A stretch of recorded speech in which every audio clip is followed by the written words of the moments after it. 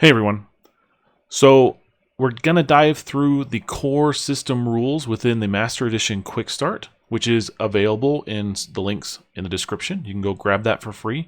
But I just wanted to dive into each page or section of the core system to help basically cover the core rules of ICRPG, help answer any questions, or just kind of describe how ICRPG works in general, especially if you're a new player and just learning the system. It's really easy to pick up, but sometimes there are questions. So let's talk through some of the key things that make ICRPG what it is, starting with adventuring in turns. Now, we have here a setup where our team of JD, Drew, Sarah, Chris, and Alex are facing some fishmen out on a dock. But who goes first? How does it exactly work? Well, in ICRPG, the whole game is done in turns, meaning going from the GM going clockwise around the table wherever it starts, then each person takes their turn in order. Now, the point for this is to help kind of facilitate a shared spotlight as we go around the campfire, per se, the table. As things happen, the GM describes things, and then the person clockwise order takes their action, followed by the next person, and the next person, and it just goes around and around and around and make sure everyone gets their turn. Once everyone has taken a turn around the table, that is considered a round. And so when you're looking at core rules or kind of description of abilities, they may describe a turn, that's a movement between one player to the next, or a whole round, which is once around the table. Now, but the question is it always in turns? What if it feels weird? Even though turns give session structure and that energetic pace that is so iconic with index card RPG, sometimes you can break free from that. You can go freeform, especially in role play. As long as you're kind of keeping in mind, and as the GM, you're making sure those who get the spotlight or don't have it for too long, or that it's shared and everyone gets an opportunity, as well as things doesn't slog on. Turns are a great way to kind of keep things moving and not let everything slow down. So feel free to always move back and forth, but in general, you're moving in turns, and it's just good practice to move clockwise around the table. But who goes first?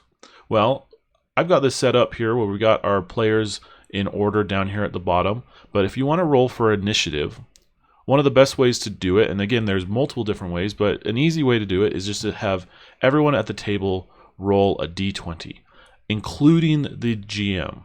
So for example, for the GM, I'm going to roll a 16. Okay, so I've got a 16 currently. I am at the head of the line. We can have JD roll a 15, so he goes after the GM. We'll have Drew roll a 6, okay, so he's still going afterwards. We'll have Sarah roll a 5, she goes after Drew. Chris goes 8, so that's going to push him up in front of Drew and Sarah. And the last one is Alex, he goes last. Now this is for a VTT. You can rearrange the order just by moving things around. Otherwise, you're just rolling, and then whoever gets the highest roll, in this case it would be me, the GM, I would start the round, right? And then I would go. But you could always move tables, move seats around if you really wanted to. But if let's say we'll have JD roll a second time or a third time to try to beat that 16, whatever, he could move in front, and then JD would go first, and then at that point, we just move clockwise around the table.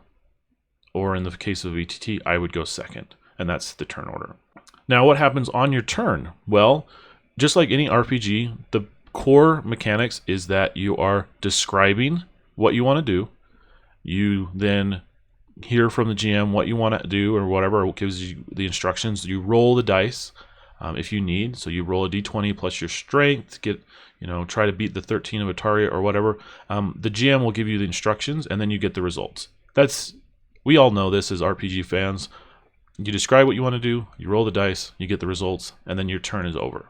But that's essentially it. So let's run through a round in this turn order, just to give an example. So JD is going to go first. He's going to step up, and he's going to try to slash at this fishman, and the target is just going to stay a simple 12, right? So he's just going to roll his d20 plus his strength.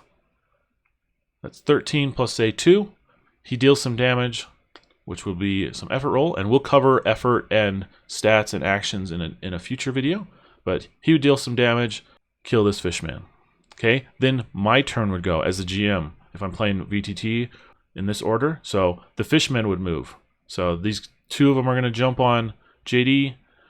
One's going to go after Drew. So 2 attacks on JD against his armor or his defense.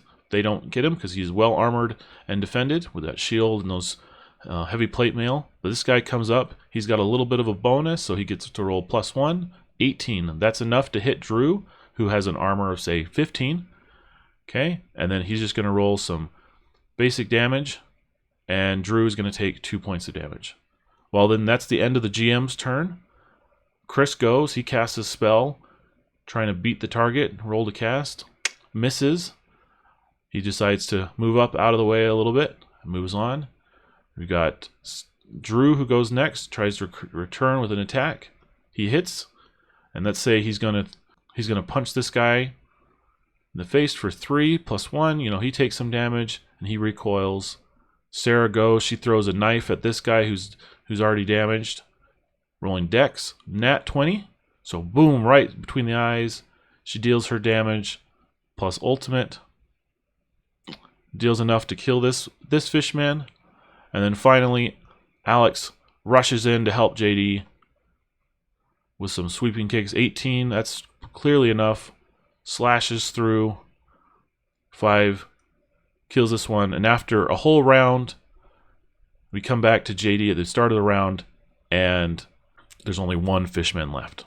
So ICRPG really is a quick, fast-paced game where it's just simply going in turns, describing what you want to do, and then getting results.